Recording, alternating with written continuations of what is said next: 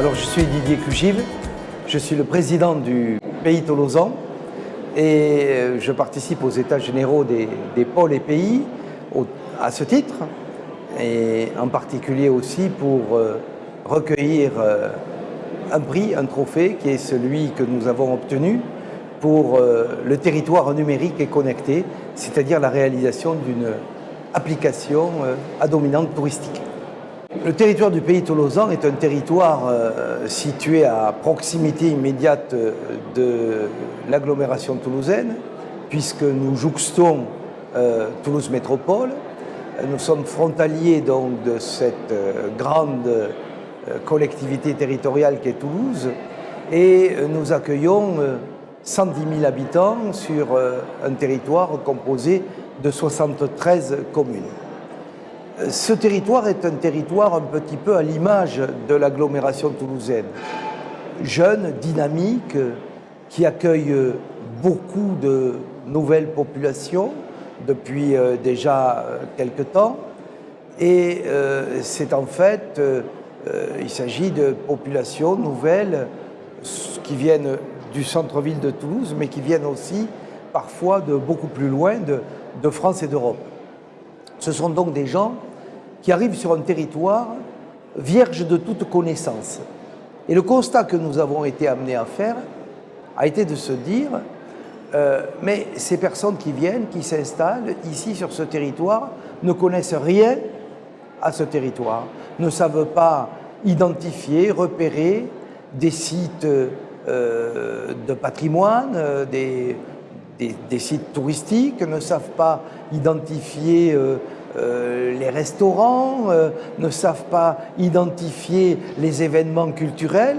Et le projet Territoire numérique et connecté, eh bien, c'est celui de réaliser une application pour smartphones et tablettes et de faire en sorte que nous puissions délivrer cette information en priorité à ce public, nouveaux habitants qui viennent s'installer sur notre territoire, les anciens aussi bien évidemment, mais eux ils connaissent davantage, donc les nouveaux habitants, et puis bien évidemment aussi une application touristique plus classique pour attirer évidemment les touristes qui viennent découvrir les beautés du territoire du Pays Tolosan. C'est un peu cela notre objectif. Alors ce projet, territoire numérique et connecté, n'a pas encore vu le jour, puisque nous sommes dans le cadre de la réalisation du projet. Et la première chose dont nous avons été sollicités à faire, à réaliser, ça a été de monter un appel à projet et de trouver un partenaire qui puisse être en capacité de réaliser cette application. Ce partenaire, nous l'avons trouvé à l'issue donc d'un appel d'offres, et cet appel d'offres s'est avéré fructueux pour le groupe Orange. C'est donc le groupe Orange qui a été choisi par notre PETR pour développer cette application. Et c'est à partir de l'instant où nous avons déterminé le réalisateur de l'application que nous avons pu engager ce travail de réalisation, qui est en cours. Alors, en parallèle de cela, il a bien sûr été nécessaire de le faire financer, parce que développer une application comme celle-ci coûte relativement cher, et donc nous avons été amenés à mobiliser plusieurs financements. Le budget global de l'opération, c'est 96 000 € TTC. Et à partir de là, nous avons sollicité l'État, qui a répondu positivement dans le cadre des contrats de ruralité, donc pour 30% de subvention. Nous avons obtenu une subvention de la part de la région Occitanie dans le cadre de critères liés à l'innovation et l'expérimentation. Nous avons réussi à mobiliser de nouveau 30%. Et puis Leader, puisque bien sûr nous sommes gestionnaires des fonds Leader, donc nous avons obtenu 20%. C'est-à-dire qu'à charge pour le territoire, nous ne finançons que 20% de ce projet, de cette application financée donc pour l'essentiel par l'État, la région et l'Europe. Voici donc les 3 partenaires et donc un reste à charge relativement modeste pour le territoire. Donc, en parallèle de cela, le choix du groupe Orange pour développer l'application et puis bien évidemment le travail que nous avons été amenés à fournir pour le cahier des charges et pour savoir ce que nous souhaitions dans le cadre de cette application. Alors, nous avons bien sûr associé à la réalisation de ce cahier des charges, en particulier les offices du tourisme des 5 communautés de communes, le comité départemental du tourisme et tous les acteurs qui participent à l'activité touristique sur notre territoire. Il faut bien comprendre que notre projet, il est celui de faire découvrir le territoire d'abord à ceux qui l'habitent. C'est un petit peu original comme démarche, mais nous avons considéré que cette application devait s'adresser d'abord aux résidents. Alors, il y a 2 catégories de résidents, comme je le disais il y a un instant, celles et ceux qui sont là depuis la nuit des temps et les familles installées depuis longtemps, qui connaissent bien le territoire, et puis celles et ceux qui, de plus en plus nombreux, viennent s'installer sur le territoire de ce nord toulousain et viennent le peupler de plus en plus densément parce qu'il y a de plus en plus de population. Ces gens-là ne connaissent pas ce territoire et donc ils ont une réelle appétence pour tout ce qui concerne les endroits touristiques à découvrir. Ils ont cette appétence pour découvrir leur nouveau cadre de vie qu'ils ne connaissent pas, si ce n'est que la seule commune où ils résident, la rue dans laquelle ils circulent.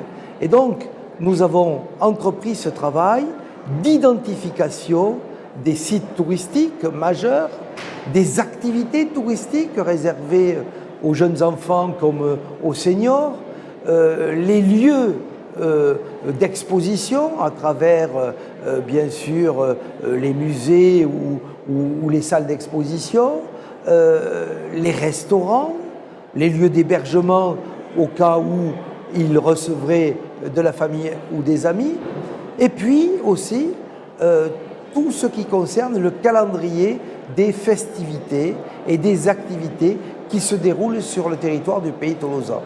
Donc ça a été notre premier objectif, celui de réaliser une application pour les résidents du territoire.